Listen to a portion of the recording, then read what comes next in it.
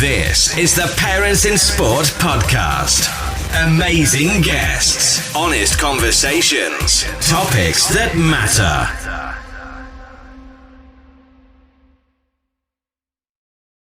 Welcome to the Parent in Sport podcast. I'm your host, Gordon MacLelland, and I'm delighted to be joined today by Scott Hann MBE, head coach of Scottish Gymnastics, parent, coach to multiple Olympic medalists, including Max Whitlock, and director of coaching at South Essex Gymnastics Club. Scott, thank you very much for joining us on the show. My pleasure. Absolute honour. Fantastic. Now, look, in this episode, we're going to chat about, I guess, the role of parents, the approach from clubs and coaches, and how we can effectively work together. But just to get us started, Scott, just tell the listeners a little bit more about yourself and maybe how life's been during these strange times. Yeah, no. So as you've alluded to, I'm a gymnastics coach, and I've coached at all levels, right from right at the bottom, at the grassroots level, through recreational base level, fun gymnastics, right up to the very, very top. And of course, amongst that, I've coached my own little girls some gymnastics as well during this crazy period. And it has been quite challenging. I'm not gonna sit here and say it's all been plain sailing. I don't often get too involved with my daughter's training at the gym, but I've had to get heavily involved just recently to try and keep her motivated and keep her ticking over. So, effectively, I've been doing 2 or 3 sessions a week with her. I've still been coaching the guys twice a week over the Zoom sessions, just like we're doing now. And that's been quite challenging in itself as well, seeing the different levels. And of course, you're only insured to do a certain amount as well, because the limitations, you need to make sure that safety is in place for those guys. So, yeah, I've been doing a lot of Zoom sessions, and, I'm sure everyone can relate to that. Yeah, I heard something funny the other week when somebody said to me, up until 2 months ago, most people thought Zoom was an ice lolly. That's right. Yeah. I'd never heard of it. I heard of FaceTime, and that was about it. Yeah, so it is. We've certainly become experts on Zoom, and actually, as you say, lots of coaches have certainly had to be creative over the last few months in staying in contact with their athletes and coming up with different ways of doing sessions. It's been quite refreshing in a way. I've had to do a bit of that, and it's been quite nice having to sort of think through things a little bit differently to normal.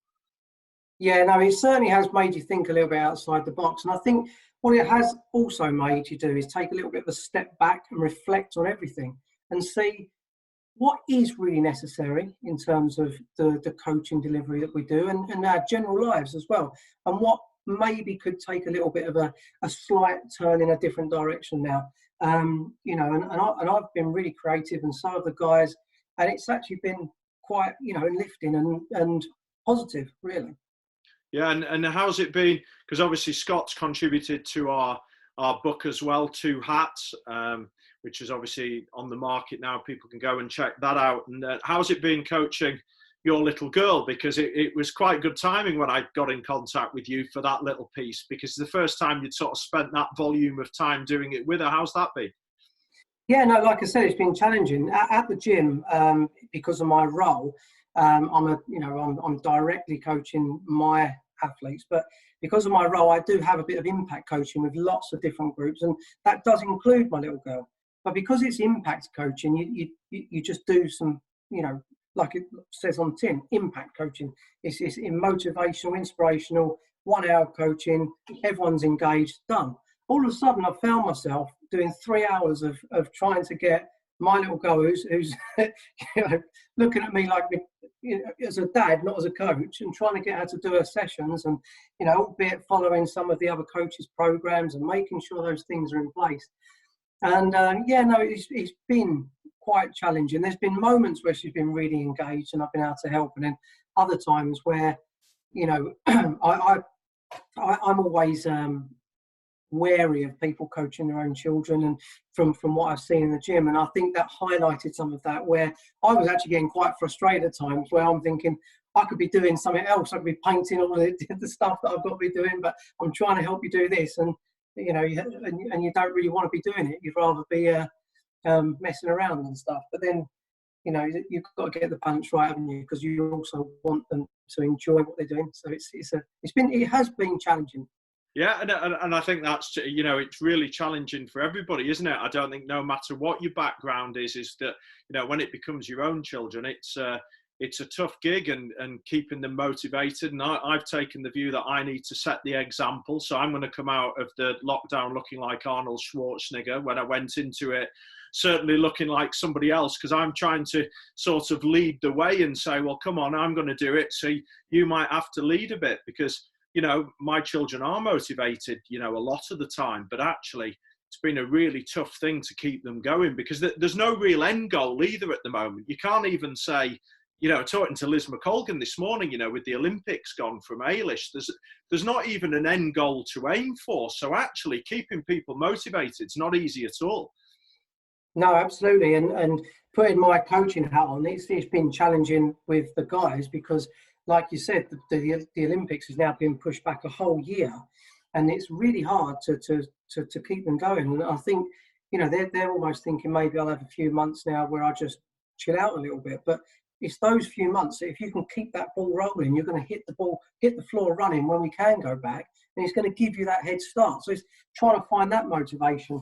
But like you said, when there is no end goal at the moment, and your little girl's only 9 years old, it does become, and what's been said is she is also highly motivated at school, at gym, anything, very, very competitive. And I've only ever seen her want to be the best she can be. And it's quite saddening at times when I can see her a little bit deflated and a little bit demotivated, and not her normal personality. And obviously that's been quite challenging. So I've had to think a little bit outside the box to try and give her a little bit of that motivation and you know, inspiration, really, to actually, you know, keep trying to do her bits and pieces that she loves. And of course, when she does start, she loves it. It's just getting that motivation back. And ultimately, your dad to her, she's not really that bothered whether you coach Max Whitlock or what your background is. You're just dad at home. No, exactly. And what's really funny, obviously, it didn't start like this, but Max is now her uncle, because Max's wife is my wife's sister. Right. So obviously they've grown up knowing Max as Max the uncle as well. So again, there's no inspiration there apart from I'd like to go and play and run around the park and mess around. And Max is a great uncle in terms of playing and stuff. But when it comes to gymnastics, they're just, you know, not bothered. Yeah, no, absolutely. And the good news I can share with you is talking to Denise Lewis about this, and Denise has been struggling to motivate her children to get out, and she said she took them out to do some sprinting and some sprinting sessions, and she said she was trying to roll back the years a bit, but she said what was really deflating was that the children didn't even think she was that good. You know, they just weren't bothered. They don't even see it's just mum. We're doing this with mum, and she said she was desperately trying to roll back the years of it, you know, so it's quite entertaining, that. Yeah, I can completely imagine and relate to that. Obviously, I wasn't at that sort of level, but you know, I'm the same. They laugh at me if I try and do a handstand or you know, anything like that. And I think I'm really good. I'm you know, putting my arms up. I'm thinking I'm in a competition and really trying hard to show. And she's just looking at me, shaking her head as if to say, like, "What are you doing? You need to stop." Yeah, I get a lot of that in the garden. Yeah, there's definitely a lot of that across a lot of sports. So I guess that this period as well has allowed us to think of, I guess, the role of parents, the role of coaches. You know, what's your feeling on the parents that you have at the gymnastics club and the parents of the children you've coached and the Olympians you've coached? You know, what's your view around sports parenting, and how have you tried to incorporate them into your work and what you do?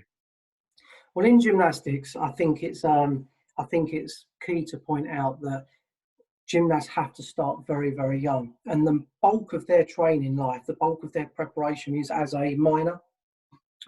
You can't really start after the age of sort of 4, 5, 6 years old, and all of that time you're in the gym, and the parent relationship, or the parent in that triangle. So you've got the coach, the parent, and the environment, the gym, the setup. It's integral, and so it's a really, really important part of the relationship, if you like, between them. But I see the parents as having a very clear, defined role in that triangle, and it isn't, for me, involved in the sport. it's involved in the support network. It's involved in being there when they need to help pick them up when they're down, or it's to be their number one cheerleader when they're doing well. But I think quite often I see parents get confused, and they think by being the cheerleader is that, you know, their role is then to start to, you know, motivate them and try to get them in the gym and try to get them to do extra, and they start becoming critical. And of course, no child wants their parent to be critical of them. That's the one big thing that I see break down. And if you just take, and obviously I'm 10 years older than my sister, so I sort of saw her go through her teenage years, but I can remember mine as well. If you just take a normal child that doesn't do high-level sport or isn't, you know, high-level at anything, it's a challenging time as a parent to get you through puberty. It is really challenging, and quite often you see relationships break down, and it's because of that communication, and it's because of that expectation that as a child you might have been the most lovely kid to look after, no issues. But when you start to evolve into your own person, you're learning about yourself, and quite often parents can become offended by that and you know, find it really difficult. Now chuck in a load of emotion and competitiveness and a sport that you've invested not just all of that time, but quite often a load of money, and all of a sudden the adolescent is becoming a little bit difficult around that. You know, the most successful athletes I've seen are those parents that just roll with it. Yes, they have to be a bit of a disciplinarian when they need to be, but they're very supportive and they roll with it, and they're there. And the ultimate, you know, job of it is they're a big safety net, so that when they fall, they're there to pick them back up. And when they can do that, quite often, you know, after being a lovely kid and then turning into an alien and leaving the planet because no one knows what happens to a teenager, and then they come back down to earth, they're decent people and they're back again. But it's what happens in that moment where they leave the planet and then come back down is probably the most important time in a child's life as they transfer from being a child into a teenager into an adult, and that's where parents really can come into their own. But in the gymnastics world in particular, but I guess in all sport, it is essential to have that support network, because half the time some of these kids, they don't know whether they're coming or going. They don't know why they're upset. Sometimes they're happy. Their emotions are going up and down, and it's just essential that, for me, they're not involved in their sport as well as being their parent at that time. I'm not saying it can't work. I know lots of cases where it's been amazing and it's worked. But the experiences that I've had through that period in gymnastics have usually led to a breakdown in communication, a breakdown in relationships, and normally a parent and athlete at that point struggle to get to the next stage. Yeah, I mean, you've raised some fascinating points there. Just thinking back through what you've just talked about, so there's a few bits to dig into here, because actually one of our other guests from the world of golf, he was saying his niece is committed to a program in America. I think she's under 8 and she's already in the Olympic program, and it's something like 16 hours a week. And obviously we talk about delivering effective messages to parents, and I guess swimming's the same, where there's an early time commitment, or there appears to be a need. Is that time commitment, as you say, absolutely critical if people want to reach the high end? But do you think then we also have to be careful around that if we're doing it as a participation sport, that it's actually okay for them to go and play multi-sports, for example, and do gymnastics as part of everything else? Do you think that's well communicated to parents? You know, the sort of nuances of that. Do you know what? It's an interesting question, and I try as best I can to do that, because I can see that, you know, as a coach and as a governing body and as you know, a big group of people delivering high level sport, you do categorize people, don't you, in terms of where they are, and, you know, but sometimes that isn't filtered down to the parents, and the parents are obviously, you know, they're hoping that their child is going to be able to move up to that next level and everything else. And I do think if that communication was there and it was a lot clearer, it might actually help people work their way into having a good balance. And I think it's a very good thing if you're not at the top of the top, to have several sports or several different hobbies to do, and using gymnastics as one of them. I think you can do so much more if you've got your gymnastics and you're doing your level, whatever that is. That could be regional, that could be recreational, it could be national, it could be international, it could be the top Olympic level. And then you get that balance right. And I think any good coach worth their salt would communicate that with the parent so that they really do understand. And it's okay to do gymnastics and then a bit of swimming and then a bit of hockey on the side or whatever, and then feel your way through. And I think each sport will contribute and help the other sport. Yeah, and I think parents get a real mixed message about that, about a number of sports. And even within those sports, we know there has to be a large degree of specialisation early on. But as you say, that's for the very top end of it. And I think that what you touched on there about the investment of time and money and the breakdown of relationships, is that, when children get to 12 and 13 and parents have invested all this time and the money, almost the child's become a commodity, haven't they? That just like anything, we expect a return on our time and money. And what we've actually forgotten in this is that humans aren't commodities and children aren't commodities. And go on. I was going to say, and they started ultimately as a hobby. No one starts a sport because they think they're going to be Olympic champion. Everyone starts because it's a hobby and it's something they want their children to enjoy. And that is the one thing that I see parents lose all the time, or no, not all the time, but quite often. And they're a commodity rather than actually, if they're happy, if they're safe, and they're coming home with a smile, you don't need to worry about anything else.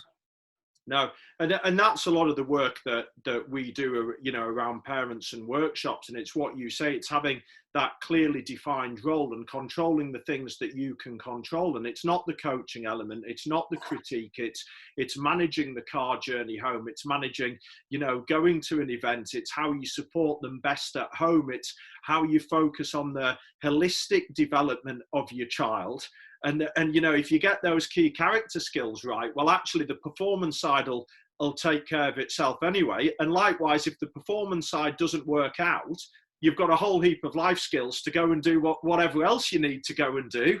And actually, well, it's all been worth it anyway. So whether or not you feel like you've invested time and money, what you've created is a pretty good human being with a number of skills that they can use. And you've used sport, which I still think remains one of the safest vehicles for us to equip children with a lot of those skills that we talk about, the ability to be creative, adaptable, communicate well, be good decision makers, get some resilience, be good teammates, determination.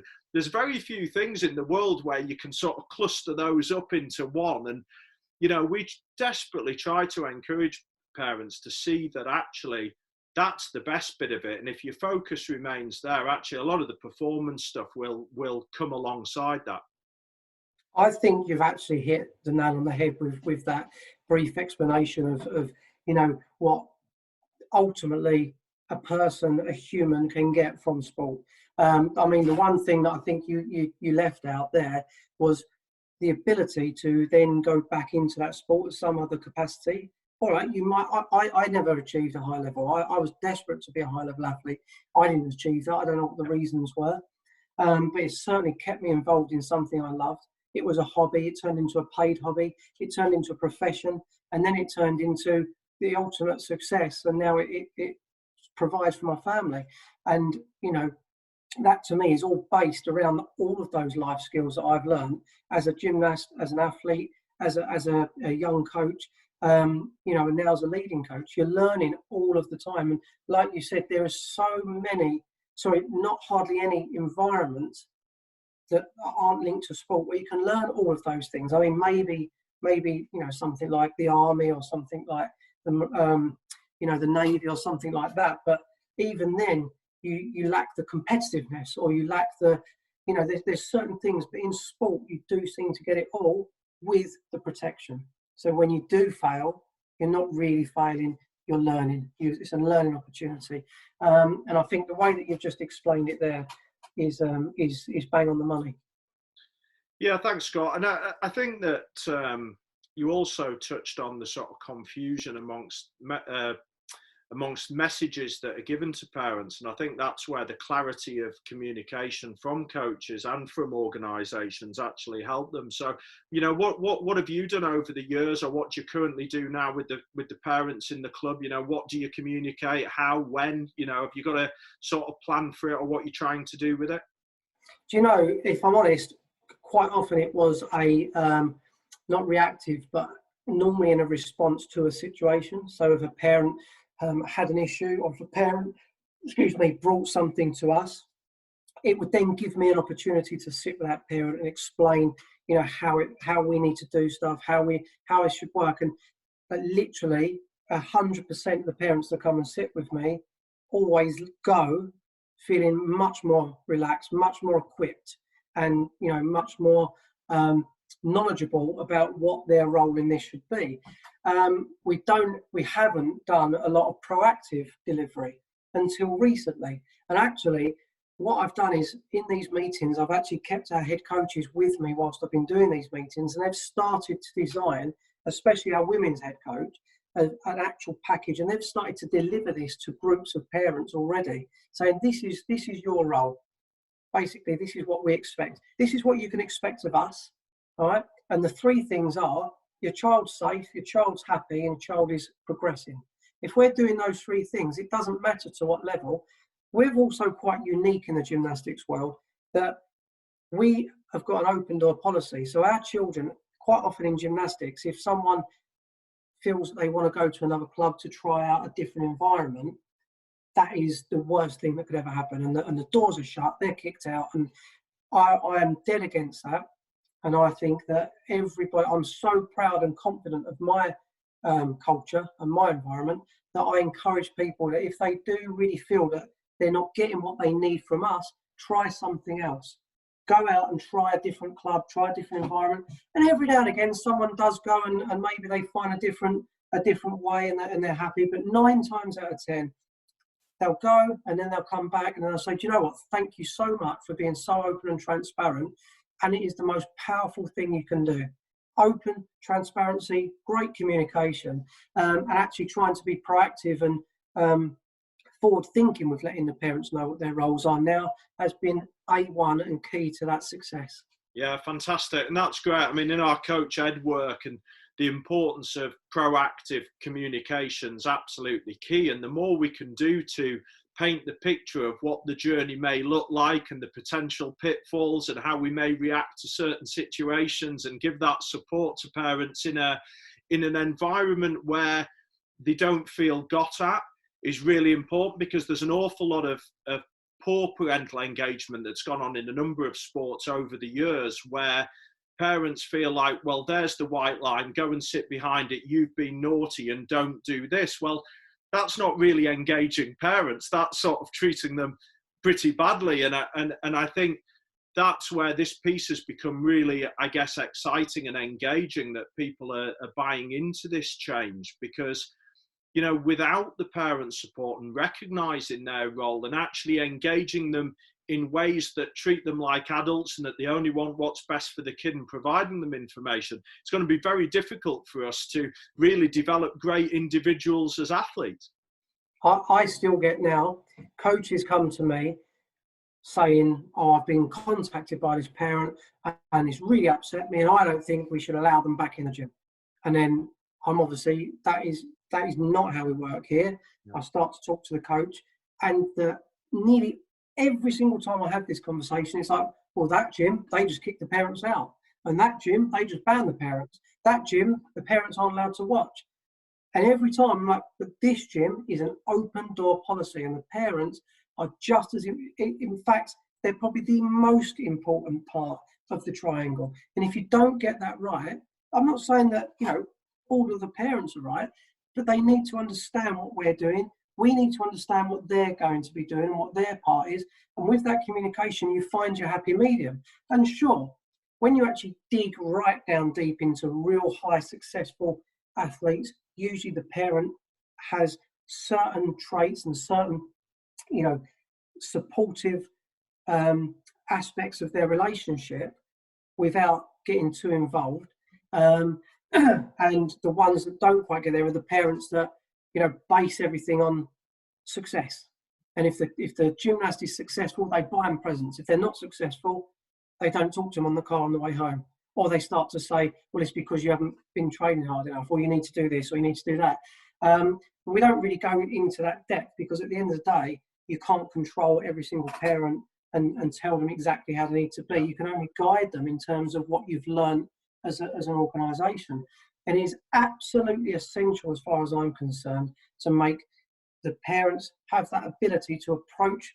I don't mean approach the coaches in the middle of a gymnastics session. No. But have that ability to approach the club, approach the coach, and have those steps.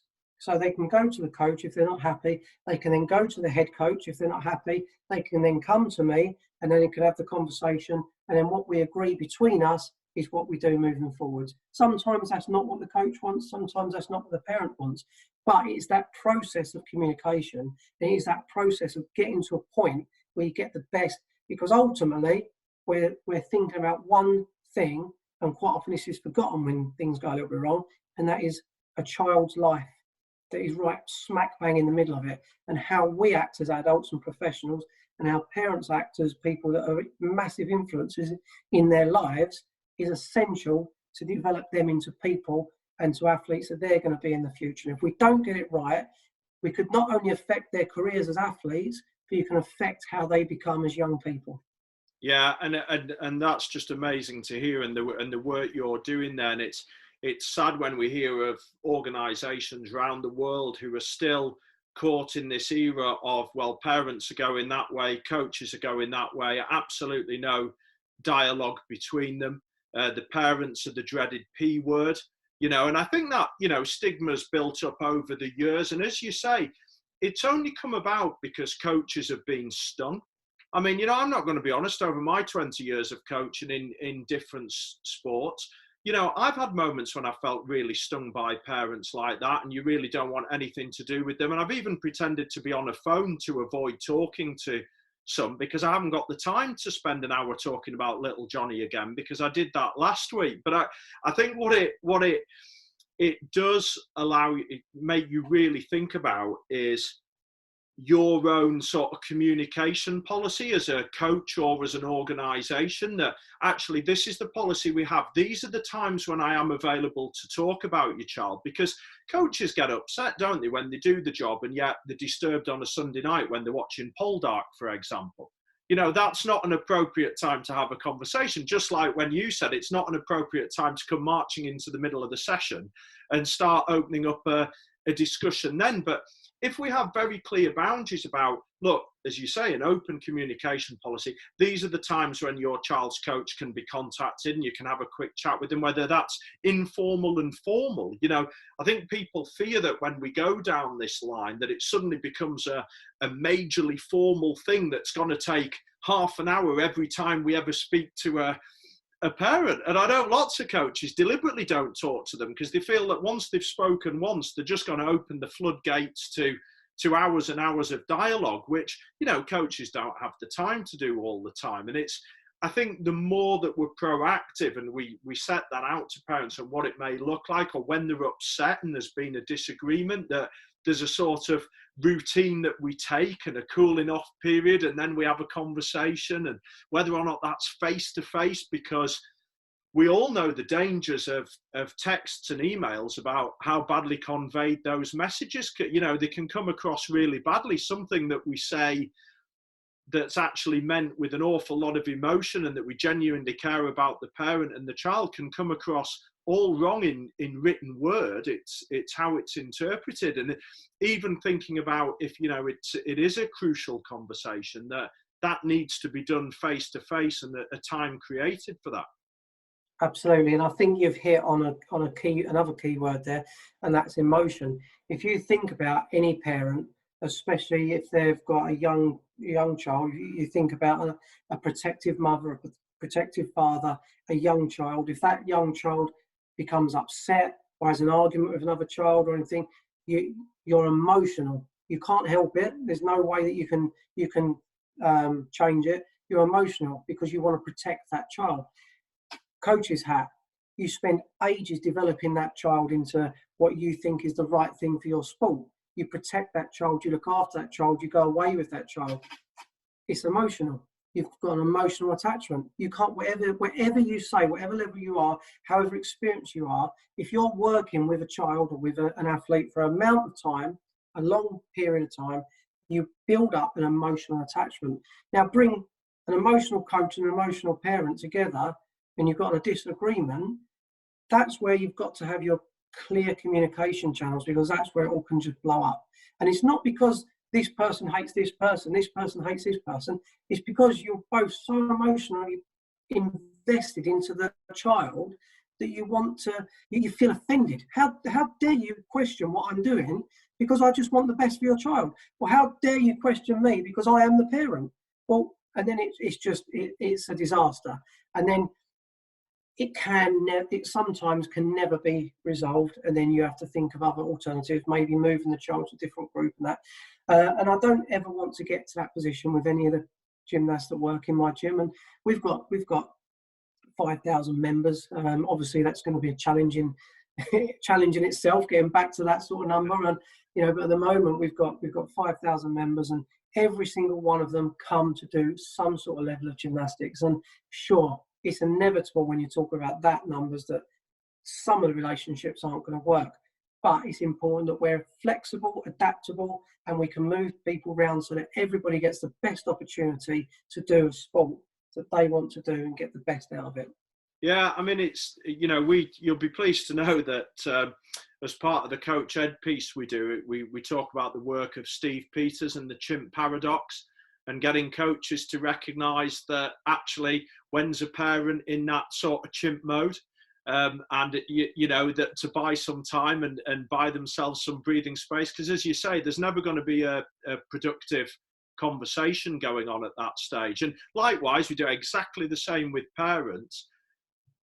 Those moments when we know we're not really in control of what we're doing, but we're responsible for them because we're that angry, the late night email when we've had a couple of drinks, or we just can't stop ourselves, and then we get so excited we think we've calmed down, and then the chimp wakes up again and we give it another blast. And we've all been there, whether or not it's in sports or in life. But actually, if parents understand when it's happening, if coaches understand when they're going that way, and they can recognize it in each other, then actually, when it's well thought out, we can actually, as you say, sort of just push that away and find the right method and the right time to have those discussions. Yeah, no, absolutely. And I think it's difficult to try to do that with all parents, I think, because some of them will be engaged, some of them won't be engaged, some of them will want to learn, some of them won't, some of them will be highly offended that you've even suggested that. Some of them will be naturally able to do that anyway. But I do think with coaches, I think there's I think that should be a part of their profession. There has to be an engagement with parents. Yeah, absolutely. It's not just parents, it's other coaches, officials, judges. You can't help it when you go to a competition. You've got so much time and emotion invested. When someone critiques you and you don't agree with it, sometimes, normally it's your chimp that wakes up first. And you have to understand how to get it back to, you're communicating as a human, not as a chimp. But also allowing those parents to exercise their chimp first, get it out, maybe you've just got to take it for 10 minutes. Absolutely. Once you've done that, you can then start your communication. And it's really, really hard. Like, I'm not sitting here and saying I've never been in a situation where I've reacted, because sometimes when you sit there and go, right, I am just going to let the parent get everything off their chest, it becomes very personal, very direct, and all of a sudden it's like, right, that's enough. Yeah. And then it's done. But then sometimes it is important that you've got that ability to lift up to match what's happening and then bring it back down. Yeah. But again, I think that comes with a lot of experience and maturity, and I think that's why it's important to have those levels of hierarchy, so you've got that support through that. Yeah, I agree with that. And it's funny, that thing you taught there, because actually when we're in those conversations, we then start actually really listening to what the issue is in the first place, because we're desperate to say what we've got to say, just because on the one thing. And that's a huge part of it.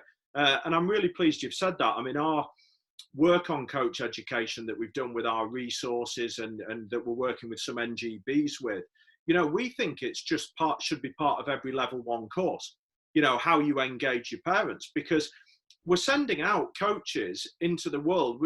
We ask them to do a module on nutrition, and you ask which age group they're working with, and they're working with under 10s, and they've got 10 parents stood on the side. And it's that valuable use of time, and it's such a key tool. And we're very fortunate to go into university at Winchester to talk to their sports coaching students who are in year 3. And Richard Cheetham, got us in there to talk to them because, as you say, we've got a bit of experience now because we're a little bit older and we've been through it a few times.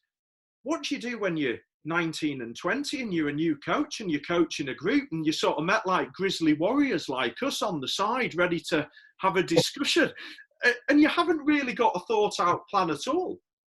No, I agree. I mean, in gymnastics as well, you can start your coaching qualification at the age of 14. And whilst in most organisations, you'd never be left in a situation where you can go and communicate with a parent, and you couldn't take your own group at 14 either because you have to be 18 to have the actual proper qualification. Some clubs, they do leave these kids on their own, and you could be 14, 15, 16 and you're dealing with a parent. Yeah. And it's just, I totally agree. I think there should be a communication with parents module in all education. And I think if you're going up to being, your high levels of education where you've got the ability and the insurance and the qualification to run clubs, to run sessions, to be an elite coach, I think you should have real good, in-depth ability and, guidance on how to, even if as your personality is not, you've not got the right personality to be able to hold those conversations. You should have your policies and your procedures in place to make sure that you're able to do that. So it might be that you've got to bring in Joe Bloggs over here, who's responsible for mediating any conversation. So then you go into that and you're able to do that, and you won't be offended, and you won't be, liable for, losing your temper or whatever it is. You've got that support network around you. Yeah, and that thing around, say when we talk to coaches, is that what coaches need, or any coaches, is a much wider culture and a wider structure, that they're basically the gatekeepers of that culture. And within that, there is that hierarchy that you talk about, because on certain things like talking to parents, actually, we may need to pass it on to somebody that's more senior, because we may be learning those skills, but there may be some far better people who are equipped to help and support. And some coaches find it really difficult anyway. They find it a really tough ask, whether they're experienced or not. It's just something they really struggle with. And I think coaches need to feel, as you say, supported by a wider network than just feeling they're all alone and they've got to solve their own problems. 100%, totally agree. So what do you think have been, for you over the years, what do you think have been your biggest challenges around parents? What do you think's been really tough for you? You've obviously worked your way through a lot of the things, I can tell by the amazing stuff that you've told our listeners, but what have been your biggest challenges over the years? I think quite often it's communicating what we're doing with parents. I think that causes quite a lot of anxiety, not giving them real clear information on what we're going to do. And that comes with a little bit of an attitude in gymnastics, and I guess in all sports, like you alluded to at the beginning, where, parents come to drop off their kids so that we teach them their sport. That's it. Do that and then go away. And that attitude is we're trying very hard at South Essex, at least, to change that into, as the parents come, we communicate what we're doing. And it really does alleviate a lot of the anxiety, because quite often the parents want to know, what are they aiming for? Are they coming just for fun? Are they coming to compete? And I think that has been quite a big challenge, because the more information you give, quite often, if you deviate from that information, some parents find it hard to understand why you've given that information and you're doing something different. And then, of course, you've got to explain about, evolving and, advancing and then the different in levels of ability. And some kids will advance faster than other kids. And you can't hold them back. And that leads me on to the next part.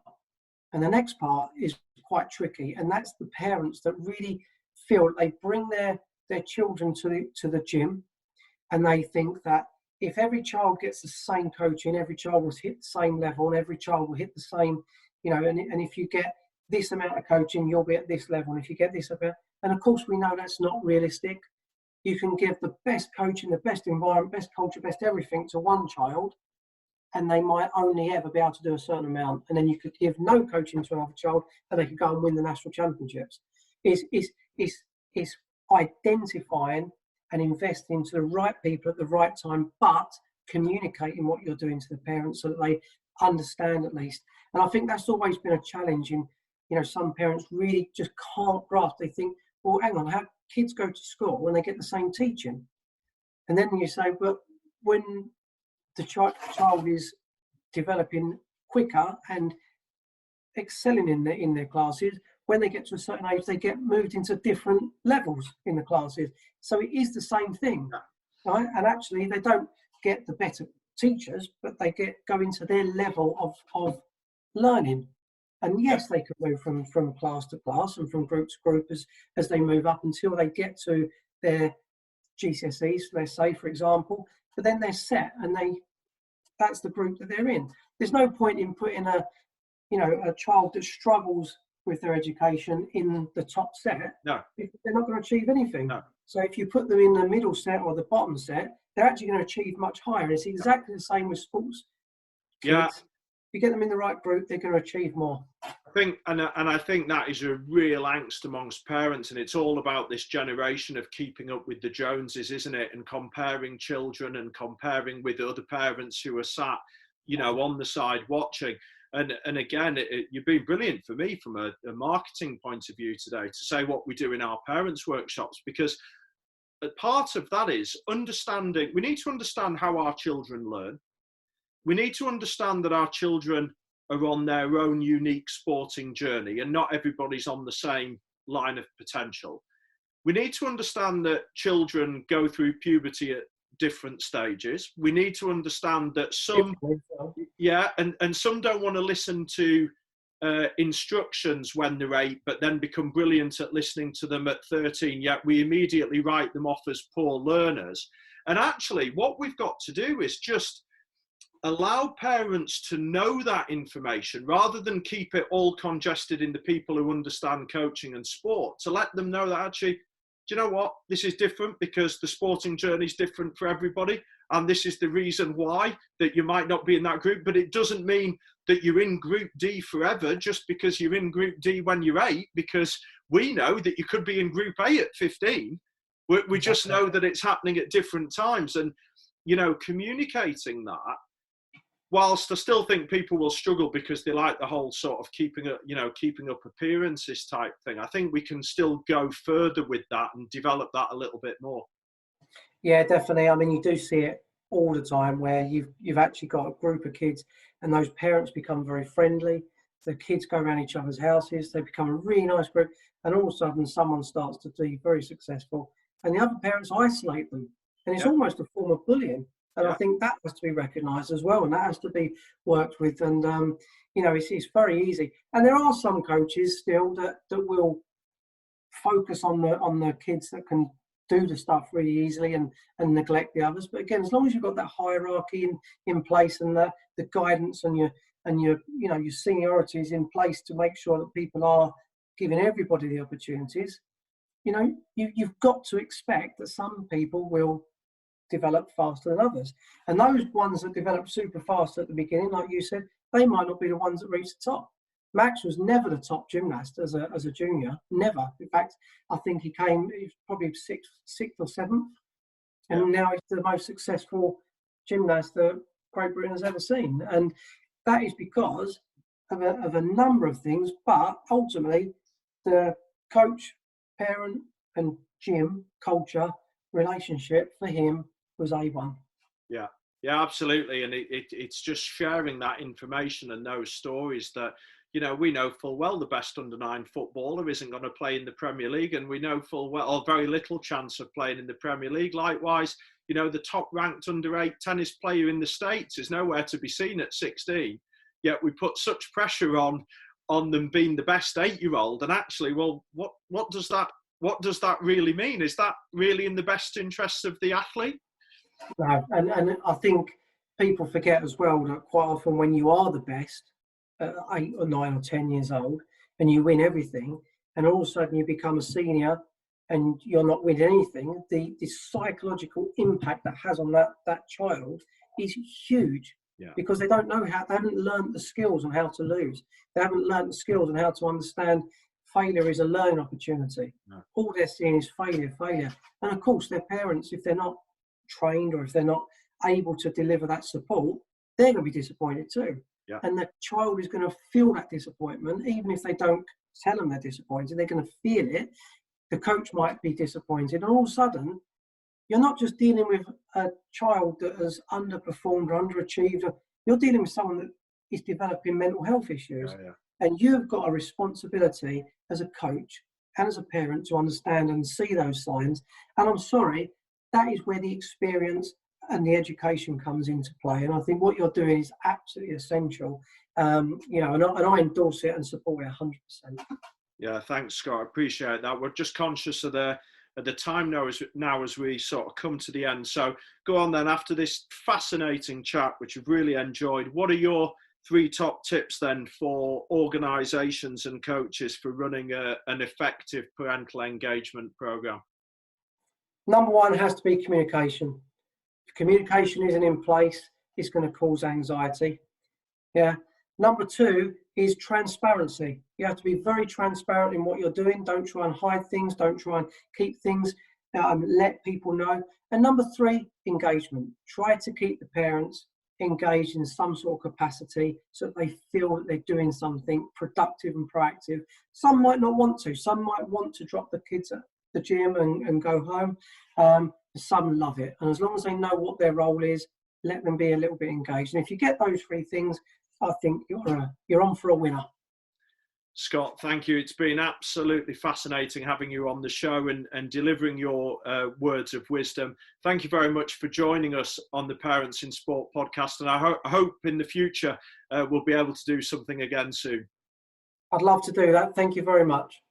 Thank you for listening. Check us out at parentsinsport.co.uk.